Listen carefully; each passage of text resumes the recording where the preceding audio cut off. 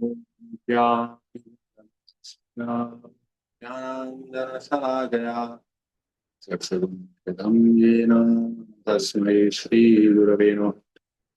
श्रीचैतन्यमनोभीष्टं स्थापितं येन भूतले स्वयं रूपः गदाधर्य ददाति स्वपदान्ते।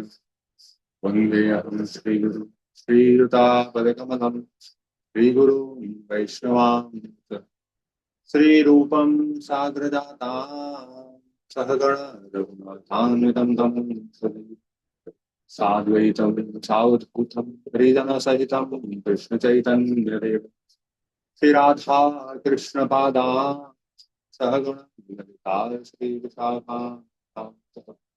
हे कृष्ण करुणा सिंधु दीनबन्धु जगत्पते गोपेश गोपिका कान्त राधा कान्त तप्तकाञ्चन गौराङ्गी राधे वृन्दावनेश्वरी वृषभानुसुते देवी प्रणमामि। आंशकल्पतरुभ्यश्च सिन्धुभ्य एव च पतितानां पावनेभ्यो वैष्णवेभ्यो जय श्री कृष्ण चैतन्य प्रभु नित्यानंद श्री अद्वैत गदाधर श्रीवासादि गौर। हरे कृष्णा कृष्णा कृष्णा हरे हरे हरे राम राम राम हरे हरे। मूकं करोति वाचालं पंगुं लंघयते गिरिं यत्कृपातमहं वन्दे श्रीचैतन्येश्वरं परम।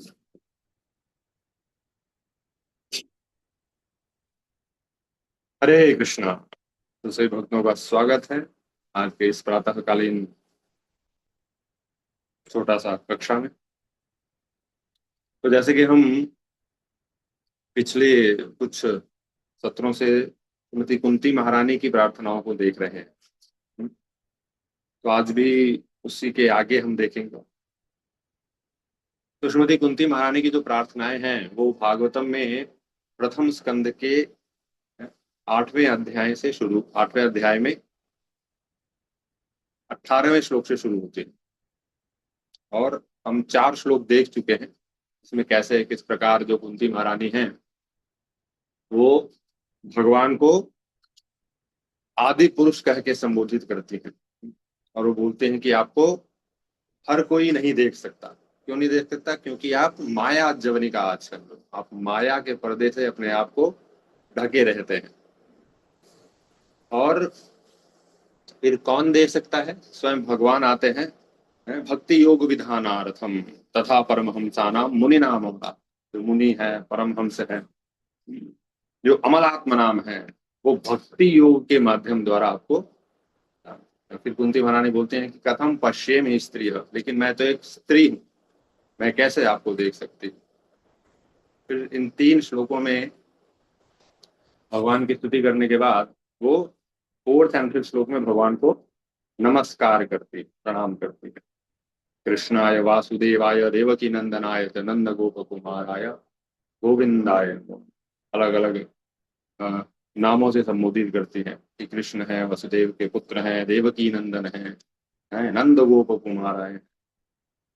उसके बाद इस श्लोक में जो आज हम देखेंगे बोलती हैं नमः पंकजनाथाय नमः पंकजमालिने नमः पंकजनेत्राय नमस्ते पंकजांग्रये। तो श्लोक में बोलती हैं नमः पंकज नाभाय, मैं आपको नमस्कार करती हूँ जिनकी नाभि कैसी है? पंकज। पंकज का अर्थ है कमल। कमल के सदृश भगवान की क्या है? नाभि है। तो प्रभुपाद परपट तात्पर्य के फर्स्ट टाइम लिखते हैं जिनके उदर के मध्य में कमल पुष्प के सदृश व्यक्त है। तो भगवान का जो नाभि है वो कैसा है? एक जो उनका आकार है वो कैसा है? कमल जैसा। देन दूसरा प्रभुपाद आगे बताते हैं, हम जानते हैं कि किस प्रकार भगवान के नाभि नाभि से क्या होता है? एक कमल निकलता है और उस कमल के ऊपर ब्रह्मा जी का जन्म होता है। और फिर जो पूरी ये जो 14 भुवन है ये इस नाल में ही स्थित है। प्रकार भगवान का नाभि से जो कमल निकलता है। प्रभुपाद आगे बताते हैं कि जो भगवान के जो अर्च विग्रह है, ये जो पंकज नाभि भगवान है, इनके अर्च विग्रह को 7 प्रकार से क्या होता है, अर्च विग्रह 7 प्रकार से बनते हैं, बनाए जा सकते हैं। पहला बताते हैं मन के द्वारा। मन के द्वारा भगवान के विग्रहों की, हम मन में भगवान के विग्रहों की पूजा कर सकते हैं। देन मिट्टी के द्वारा बनाए गए भगवान। देन लकड़ी, वुड, धातुओं के द्वारा भगवान बनाए जाते हैं, भगवान के विग्रह। देन रत्नों के द्वारा। फिर रंग, रंग यानी पिक्चर्स, पेंटिंग्स हो गया, ये हो गया। देन बालू, बालू के ऊपर भी भगवान के विग्रहों का निर्माण किया जा सकता है। तो ये जो 7 प्रकार के शास्त्रों में दिए गए हैं कि इन प्रकार से हम क्या कर सकते हैं, अर्च विग्रहों की पूजा कर सकते हैं भगवान। और भगवान स्वयं आते हैं अर्च विग्रह के रूप में। तो भगवान स्वयं, भगवान में और उनके अर्च विग्रह में कोई अंतर नहीं, अभिन्न है दोनों। इस प्रकार श्रीपाद माधवेंद्र गुरु जी बताते हैं, प्रतिमा नाही तुम्ही साक्षात ब्रजेंद्र नंदन। आप प्रतिमा नहीं है, आप क्या है, स्वयं ब्रजेंद्र नंदन है। नेक्स्ट देखते हैं। नमः पंकजनाभाय नमः पंकजमालिने। भगवान और क्या देखते हैं, तो कुंती महारानी और क्या देख रही हैं, पंकज मालिने, जिन्होंने लोटस कमल का जो पूरा माला धारण किया हुआ, तो भगवान को कमल का माला धारण किए हुए थे और वो देखती हैं और उनको नमस्कार करती हैं। नमः पंकज नेत्राय, तो भगवान के नेत्र कैसे हैं, पंकज, यानी वो भी कैसे हैं, कमल सदृश है। चैतन्य चरितामृत में कृष्णदास कविराज गोस्वामी वर्णन करते हैं, चैतन्य महाप्रभु के प्रणाम में, अजानुलंबित भुजौ कनकावधातौ संकीर्तनैक पितरौ कमलायताक्ष विश्वम्भरौ द्विजभरौ युगधर्म पालौ हे जगत प्रिय करो करुणावतारो। जिसमें हम देखते हैं कि जो सेकंड लाइन है, कमलायताक्षौ, उनके अक्ष कैसे हैं, कमल की तरह है। तो ऐसे हम देखें कि भगवान के जो शरीर की उपमा है वो कमल से की जाती है। हालांकि भगवान का जो शरीर है, भगवान का जो विग्रह है, शरीर है, वो कमल से भी बहुत सुंदर है, लेकिन क्योंकि हम उसको नहीं समझ सकते हैं, इसलिए हम कमल को देखते हैं और हमें लगता है ये कमल बहुत सुंदर है। तो हमें समझाने के लिए कमल के सदृश भगवान की तुलना की जाती है, नहीं तो भगवान उससे भी बहुत कोटि कोटि सुंदर है। ब्रह्मा जी बोलते हैं, कंदर्प कोटि कमनीय विशेष शोभम गोविंद मादि पुरुषम। भगवान करोड़ों करोड़ों करोड़ों कामदेवों से भी बहुत सुंदर है। इधे भगवान की सुंदरता है। तो भगवान के नेत्र कैसे हैं, कमल सदृश हैं। एंड देन प्रभुपाद इसके वर्ड टू वर्ड ट्रांसलेशन में लिखते हैं, पंकज नेत्राय, पंकज नेत्राय का बताते हैं मतलब कि जिनकी दृष्टि कमल पुष्प के समान शीतल है। यहाँ पे शीतलता, तो भगवान के नेत्र कैसे हैं, शीतलता भी प्रदान करते हैं, जिस प्रकार कमल शीतलता प्रदान करता है। इससे क्या होता है, मन जो है वो आनंदित तो हो जाता है। हम देखते हैं, हम भगवान के कथाओं का, नाम का, गुण का, रूप का ये जो सुनते हैं, तो क्या होता है, हमें आनंद प्राप्त होता है। इसीलिए तो हम सुन पाते हैं, नहीं तो डेली आप केवल हरे कृष्ण महामंत्र का हम जो जप करते हैं 2 घंटे, आप हरे कृष्ण महामंत्र को छोड़ के और भी कोई लीजिए, नहीं कर पाएंगे। केवल हरे कृष्ण का जो मंत्र है, इसी को क्या कर सकते हैं, हम सतत कीर्तन कर सकते हैं, क्योंकि इसमें क्या है, नाम नाम अकारी बहुधा निज सर्वशक्ति। भगवान ने इसमें अपनी समस्त शक्तियां डाल दी हैं इस नाम में। तो केवल भगवान के नाम भी ऐसा चीज है जो भगवान से भी क्या है, करुणामयी है। भगवान का नाम। इवन जो क्या कहते हैं, बिल्वमंगल ठाकुर, बिल्वमंगल ठाकुर अपने गोविंद दामोदर स्त्रोत्र में लिखते हैं, करारविंदे न पदारविंदम मुखारविंदे न विनिवेशयन्तम वटस्य पत्रस्य पुटे शयानम् बालं मुकुन्दं मनसा स्मरामि। हे कृष्ण हे यादव हे सखेति गोविंद दामोदर माधवेति। देखते हैं इसमें कि जो बिल्व मंगल ठाकुर हैं वो भी भगवान, ये जो उनके तुलना किससे कर रहे हैं, करार विंदेन, जो भगवान के चरण, जो ये सॉरी हाथ हैं, वो भी कैसे हैं, कमल के सदृश हैं। करार विंदेन पदारविंदम, अरविंद, अरविंद कमल का एक दूसरा भी नाम है, पंकज अरविंद है। तो भगवान ने क्या किया है, अपने इस करार विंद से, अपने इस हस्त कमल से किसको पकड़ा हुआ है, चरण कमल को। और क्या कर रहे हैं, मुखारविंदेन विनिवेशयन्तम, मुख अरविंद, उनके जो मुख कमल हैं। अब इसमें सारे भगवान के मुख कमल, मुख कमल में क्या किए हो, विनिवेश, मुख में डाला हुआ है।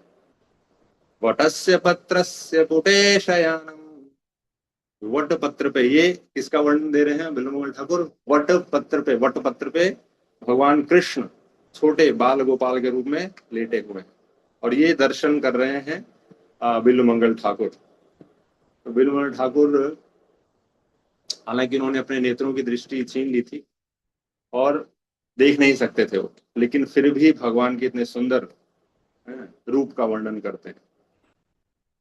बालम मुकुंदम मनसा स्मरामि। देखते हैं कि भगवान के जो चरण कमल है, हस्त कमल है, मुख कमल है, नाभि कमल है, सबकी तुलना कमल से की गई। नमस्ते पंकजांग्रये, इसके बाद कुंदरानी बोलते हैं नमस्ते पंकजांग्रये। पंकज आंग्रये, भगवान के जो चरण कमल हैं, जो चरण है वो भी कैसे हैं, कमल के सदृश हैं। देन दूसरा इसका अर्थ हो सकता है, अर्थ है कि हम जानते हैं कि भगवान के चरण कमलों में बहुत सारे क्या है, अलग अलग प्रकार के चिन्ह हैं, विशिष्ट चिन्ह। तो उसमें एक कमल भी आता है। तो ऐसे भगवान जिनके चरणों में कमल है, या फिर ऐसे भगवान जिनके चरण ही कैसे हैं, कमल सदृश है, उनका चरण ही कमल जैसा सुंदर है। इसलिए वैष्णव भजन में हम देखते हैं कि भजन में लिखते हैं, एको न बुझेनु प्रभु तोमर चरण अशोकाभयामृता पूर्ण सर्व खा। भगवान के चरण कमल कहते हैं अशोका भयामृत, जितने भी शोक भय हैं सबको क्या कर सकते हैं, वो हर लेते हैं। चैतन्य महाप्रभु भी अपने चैतन्य शास्त्र में बताते हैं, अयि नंद तनुदे किंकरम पतितम माम विश्रमे भवाम बुधौ कृपया तव पाद पंकज स्थित धूलि सदृशम विचिंत। तव पाद पंकज, आप अपने चरण कमलों की धूलि का मुझे एक कण बना। तो भगवान के चरण कमलों का ये महत्व है। तो जीव गोस्वामी अपने क्रम संदर्भ में इस जो श्लोक का तात्पर्य एक बताते हैं, वो बोलते हैं कि भगवान अपने सुख देने वाले और तापहारी गुणों को प्रकट कर रहे हैं। सुख देने वाले, हम देखते हैं भगवान के चरण कमल, भगवान का मुख कमल क्या है, सुंदरता है, सुख देता है। और तापहारी गुण वो अगले श्लोक में बताएंगे कि भगवान कैसे तापों को हर लेते हैं। जिस प्रकार एक कमल की कांति अपने अंगों से ही प्रकाशित होती है, कमल के आकार नाभि चरण पंकज के समान है। तो इस प्रकार जीव गोस्वामी अपने कर्म संदर्भ में वर्णन करते हैं। श्रीपाद विश्वनाथ चक्रवर्ती ठाकुर की सारार्थ दर्शनी बताते हैं, वो लिखते हैं परपट में कि मेरी तो गणना उनके मध्य नहीं है। ये कौन बोल रहा है, मेरी तो गणना उनके मध्य नहीं है, ये कुंती महारानी बोल रही है।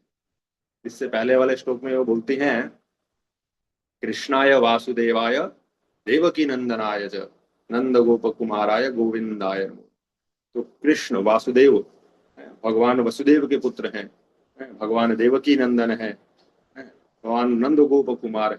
तो बोल रही हैं कि इनके मध्य तो मेरी गणना नहीं है, क्योंकि इन्होंने आपका एकदम साक्षात संग प्राप्त किया, तो मेरी गणना इनके मध्य नहीं है। फिर भी मेरे नेत्रों को आप सुख दे रहे हैं, हालांकि मैं इनमें नहीं हूं, लेकिन फिर भी आप मुझे सुख प्रदान कर रहे हैं। आपकी नाभि, आपकी माला नेत्र पर जब मेरी दृष्टि पड़ती है तो वह सुशीतल हो जाती है। तो कुंती महारानी बोलती हैं कि जैसे ही मैं आपके इन नाभि कमल, मुख कमल को देखती हूँ तो क्या होता है, मेरा शीतल हो जा रहा है पूरा जो मन है, भाव। तो श्रील प्रभुपाद इसमें लास्ट के कुछ 6-7 लाइन में बताते हैं कि भगवान के अर्च विग्रहों की स्थापना क्यों करते हैं। प्रभुपाद बताते हैं, बड़े बड़े आचार्यों ने अल्प ज्ञानियों पर कृपा करते हुए सर्वत्र ऐसे पूजा मंदिरों की स्थापना की। तो ये जो भगवान के अर्च विग्रह हैं, ये भगवान से अभिन्न है। और ये किस लिए है? सो दैट हम जैसे लोग क्या करें, भगवान का जाके दर्शन कर सकें, भगवान से एक संबंध स्थापित कर सकें। देन भगवान प्रभुपाद बताते हैं कि मनुष्य को चाहिए कि भगवान का दर्शन करने के में उनके चरण कमलों से प्रारंभ करना चाहिए। तो हम भी जब भी भगवान का दर्शन करते हैं, मंदिर में जाते हैं, तो भगवान का दर्शन कहाँ से प्रारंभ करना चाहिए? उनके चरण कमलों से प्रारंभ करना चाहिए। चरण कमल, चरण चरण कमलों से जंघा, नाभि कमल, देन मुख कमल, ऐसे कर करके क्रम से ऊपर जाना चाहिए। लेकिन हम इसमें देखते हैं कि जो कुंती महारानी है वो कहाँ से शुरू कर रही है प्रार्थना? नमः पंकज नाभाय। तो श्रीमती कुंती महारानी भगवान को नाभि कमल से पहले देखती हैं और वहां से प्रणाम शुरू करती हैं। प्रभुपाद तात्पर्य में लिखते हैं कि ऐसा कुंती महारानी क्यों करती है। तो बताते हैं क्योंकि जो कृष्ण है, भगवान कृष्ण है, वो संबंध में आते थे, कुंती महारानी के भतीजे लगते थे। तो कुंती महारानी सोचती हैं कि अगर मैं कृष्ण को चरण कमल से प्रणाम करूंगी तो हो सकता है भगवान कृष्ण है वो लज्जित हो जाए, है, क्योंकि मेरी बुआ है, मुझे चरण से प्रणाम कर रही हैं, तो हो सकता है वो भगवान क्या हो जाए, लज्जित हो जाए। इसलिए वो पंकज नाभि से स्टार्ट करती है, नमः पंकज नाभाय, नमः पंकज मालिने, फिर ऊपर जाती है, भगवान की मालाओं को देखती है, नमः पंकज नेत्राय, भगवान के मुख कमल को देखती है। देन फिर फाइनली वो चरण कमल पे आती है, नमस्ते पंकजांग्री। तो इस प्रकार कुंती महारानी क्या कर रही है, बहुत ही सुंदर तरीके से भगवान को प्रणाम करते हैं। और हमें बताती हैं, रूपा पाठ में लिखते हैं कि इस प्रकार, जिस प्रकार हम ये क्रम वाइज नीचे चरण कमलों से जब ऊपर भगवान का दर्शन करते हैं, उसी प्रकार हम जब भागवतम का पठन करते हैं, भागवतम का अध्ययन करते हैं, शुरुआत करते हैं, तो हमें प्रथम स्कंध से शुरू करना चाहिए। प्रथम स्कंध से शुरू करके देन फिर हम 9वें 10वें स्कंध तक जिसमें भगवान की लीलाओं का वर्णन है वो कर सकते हैं।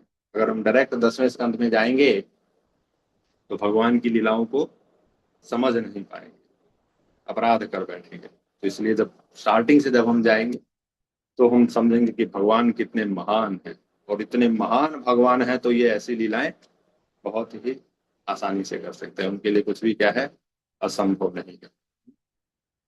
तो इस प्रकार कुंती महारानी बहुत ही सुंदर तरीके से प्रार्थनाएं अर्पण करते हैं। तो आगे के श्लोक अगली सत्र में देखें।